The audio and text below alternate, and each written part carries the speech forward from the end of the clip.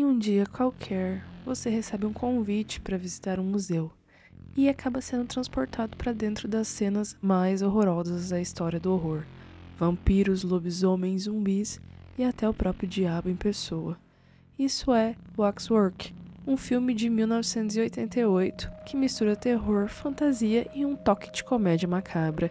Um longa que homenageia o gênero de horror com um grande arsenal de monstros clássicos, efeitos práticos criativos e um ritmo bem alucinante. Prepare-se para explorar os horrores por trás da cera e, claro, várias curiosidades sobre esse filme.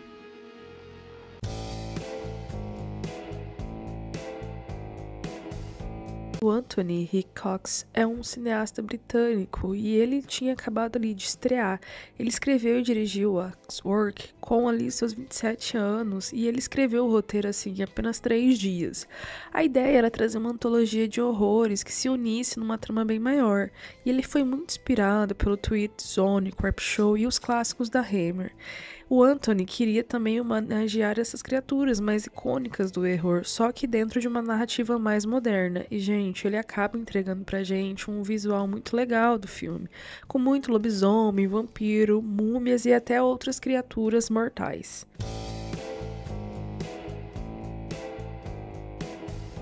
A história começa com um misterioso assassinato envolvendo um homem idoso que é queimado vivo na sua casa.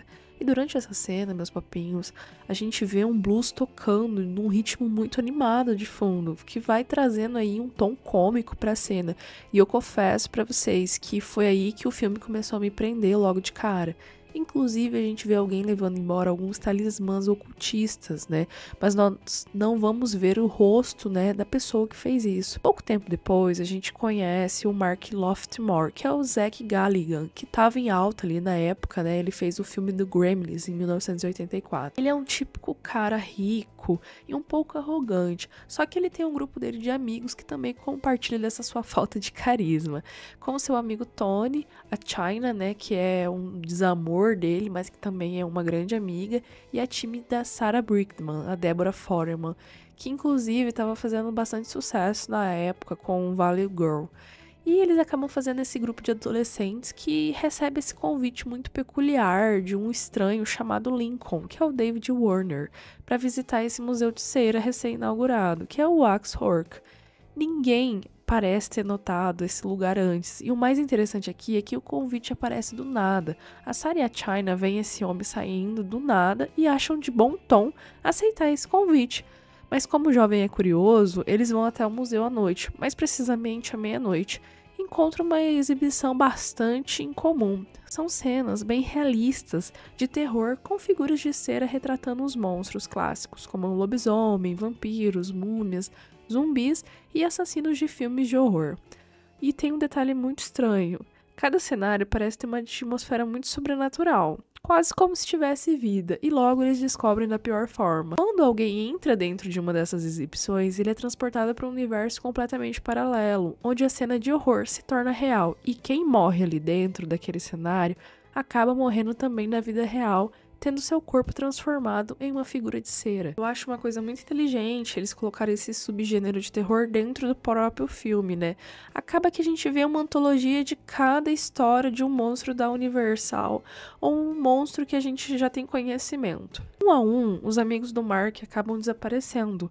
O Tony entra na cena do lobisomem. E, gente, os efeitos usados nessa cena, inclusive, é maravilhosa, é muito bem feita, e ele é brutalmente morto, sendo transformado em parte da exibição. A China acaba caindo num universo de vampiros, e ela acaba tendo que lutar pela sua vida. Ela encontra seu noivo dentro do necrotério, com a metade da sua perna sendo consumida por eles em um jantar onde, inclusive, a China também se alimentou. E o efeito usado aqui também é excelente. A perna dele é completamente tirada, a pele, então mostra os ossos ali, e toda a equipe de maquiagem fez um excelente trabalho. Ela vai ter que lutar com todas as noivas do Drácula. Quando ela consegue se livrar delas, ela acaba se tornando outra noiva do vampiro antes de ser morta. O Mark e a Sarah acabam indo embora do local e começam a desconfiar da natureza do museu. O Mark até tenta avisar a polícia, mas quando leva o delegado lá no museu, ele não encontra nada. Só que o delegado fica com uma pulga ali atrás da orelha, né? E acaba revendo fotos de vários desaparecidos que se assemelham muito às imagens que estão no museu. Quando ele volta lá sozinho, sem ninguém, ele começa a investigar. Inclusive, ele chega na imagem da China com Drácula e ele acaba tirando um pedaço do rosto dela de cera. E eu achei essa cena bem maravilhosa. Todo o efeito que eles usaram aqui ficou bem legal. Porém, logo ele é empurrado para uma cena do filme, A Múmia. E volto a dizer, os efeitos aqui são excelentes em todos os aspectos. Ele acaba ficando preso na tumba, né? E acaba ali a questão da polícia. Ao investigar um pouco mais fundo, o Mark e a Sarah descobrem que o Lincoln é um ocultista que vendeu a sua alma para o diabo e que ele está tentando reviver deuses malignos por meio de um ritual que exige a morte de 18 almas puras, cada uma representada por uma criatura do mal, ou seja, cada monstro que a gente vê. Eles procuram ajuda com o Sr. Wilfred, que é o padrinho do Mark e caçador do oculto. Quase que um Van Helsing ali na cadeira de rodas. Ele acaba revelando que o museu é um portal interdimensional e que se o Lincoln completar a coleção, os monstros da exibição ganharão vida e invadirão o mundo real, trazendo o apocalipse demoníaco. O Mark e a Sarah voltam ao museu para tentar impedir o ritual final, mas acabam sendo tragados para dentro das exibições. O Mark enfrenta uma horda de zumbis, no maior estilo aqui George Romero, até em preto e branco, que eu achei bem legal, enquanto a Sarah é atraída por uma figura semelhante ao Marquês de Sade, que tenta seduzi-la e corrompê-la. Mas o Mark consegue entender que os monstros só têm poder se você acreditar neles, e ele consegue se libertar e salvar a Sarah. No momento final, o Sr. Wilfred e um grupo de combatentes invadem o museu, desencadeando uma batalha épica entre humanos e monstros. E não tem CGI nenhum aqui, gente, é tudo efeito prático, onde a gente vê múmias, zumbis, lobisomens e outras criaturas que lutam contra os heróis. E nessa parte, meus papinhos, é só porradaria, confusão, idoso com cadeira de roda metendo pau em monstro, e é uma cena muito engraçada e muito fascinante. O Mark e a Sarah ficam presos dentro de uma sala de cera, onde ele acaba sendo confrontado pelo Marquês de Sade. E quase que em sua morte, a Sarah vem e mata o Marquês de Sade com um machado pelas costas, fazendo também uma analogia com a forma como ela foi torturada por ele. O museu começa a pegar fogo, e Lincoln acaba sendo morto pelo Sr. Wilfred. O Mark e a Sarah conseguem escapar por pouco das chamas, mas o cenário final deixa uma pista muito sinistra. A mão decepada do Lincoln ainda está viva. Ela acaba escapando dos escombros, sugerindo que o mal pode retornar, deixando aberto para o próximo filme, que é a continuação. Na minha opinião, meus papinhos, o filme se destaca visualmente com uma estética marcante que prende a atenção desde o início.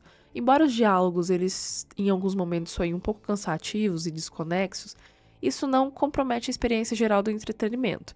E acima de tudo, é um verdadeiro desfile de horror prático, com maquiagens super impressionantes para a época e muito sangue cenográfico. Eu ainda faço um adendo que esse filme envelheceu muito bem com a questão dos efeitos práticos. Eu contei pelo menos uns 18 monstros diferentes ao longo da trama, e todos com um designer muito criativo e insano, e que reforça o espírito de um autêntico filme oitentista de terror. A mistura de humor e horror funciona muito bem, entregando essa experiência bem divertida e exagerada pra gente, né? Só que tem muita personalidade. A minha nota é 7, porque esse filme garante diversão, principalmente para quem aprecia mais os filmes que tem esse charme nostálgico dos monstros práticos, né? E essa grande ousadia do cinema de gênero dos anos 80. Esse filme ele é uma celebração de horror como arte, porque cada exposição representa medos universais, transformação, submissão, corrupção, morte, e o museu também tem uma metáfora muito legal para o cinema, né? Que é onde os horrores ficam congelados para sempre, esperando pelos espectadores para que eles possam ali acessá-los novamente ou até mesmo, né, admirá-los. A gente teve essa sequência, né, ali de 1992, se vocês quiserem eu posso trazer aqui, e ele veio mais como uma trecheira bem surreal, acabou virando cult entre os fãs mais hardcore, né, e também a gente tem participações na parte 2 de nomes como Bruce Campbell, né, se vocês quiserem eu posso até trazer. Ele teve um legado muito legal, porque tem muito filme que acabou pegando ele como influência, como O Segredo da Cabana, Goosebumps, né, Uma Noite no Museu, que fala sobre esses mundos paralelos.